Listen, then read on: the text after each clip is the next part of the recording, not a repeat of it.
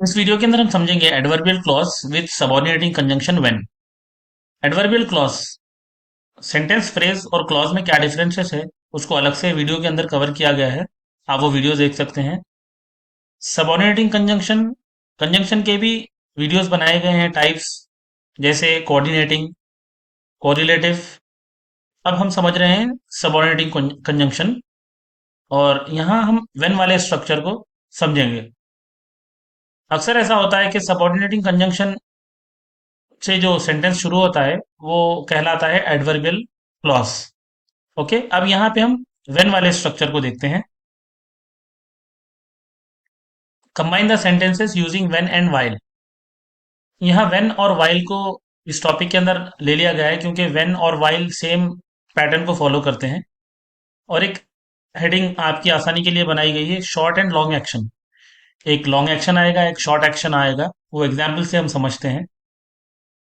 और अक्सर past continuous tense देगा आपको एग्जाम में, कंबाइन करने के लिए बोलेगा। एक example, he was playing, the guest came. ये पास्ट कंटिन्यूअस टेंस है और ये सिंपल पास्ट टेंस है।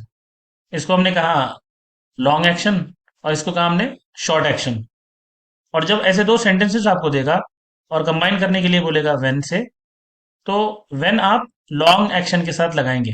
ओके, ये जो मैंने अभी बोला है वो नोट लिखी हुई है यहाँ पर।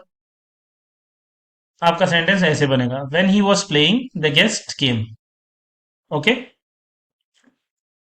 और बाई फ्लिपिंग क्लॉजेस, इसका क्या मतलब है कि आप क्लॉज को फ्लिप कर सकते हैं, ट्विस्ट कर सकते हैं। यानी द गेस्ट केम जो आपको नजर आ रहा है वो आप पहले लिखकर व्हेन वाले हिस्से को बाद में लिख सकते हैं। जैसे the guest came when he was playing, तो आप यहाँ गौर कर रहे हैं व्हेन वाला व्हेन किसके साथ जा रहा है, लॉन्ग एक्शन के साथ।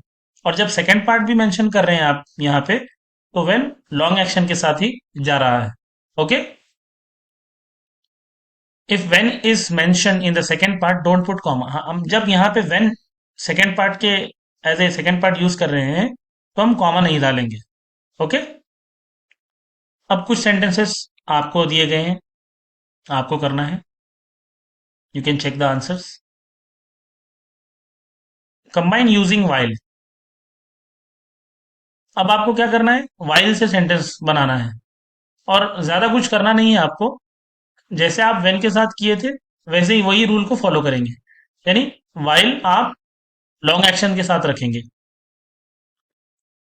Okay, while he was driving he met with an accident. और इसको भी आप फ्लिप कर सकते हैं,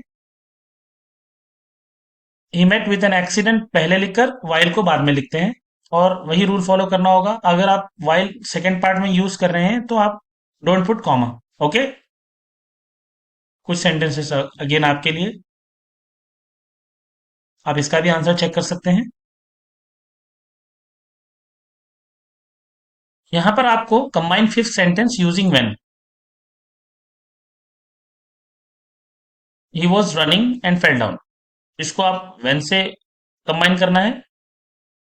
और एक नोट ऐड करना है आपको, if we add when other conjunctions like and, as and adverbs like suddenly etcetera get dropped. यानी ये दूसरे कंजंक्शंस चले जाएंगे जब आप व्हेन ऐड करेंगे। ओके, यहाँ दो कॉलम्स इसलिए दिए गए हैं आपको, आपको फ्लिप करना है and flip them second time. एक बार आप वाइल लगाएंगे शुरू में, तो इस वाइल को सेकेंड पार्ट के तौर पे भी आपको लिखना है। ओके, और सिक्स्थ वाले सेंटेंस को आपको वाइल लगाना है। राइट, यहाँ एक ऑब्जर्वेशन है, when one action was going on at that time another action happened.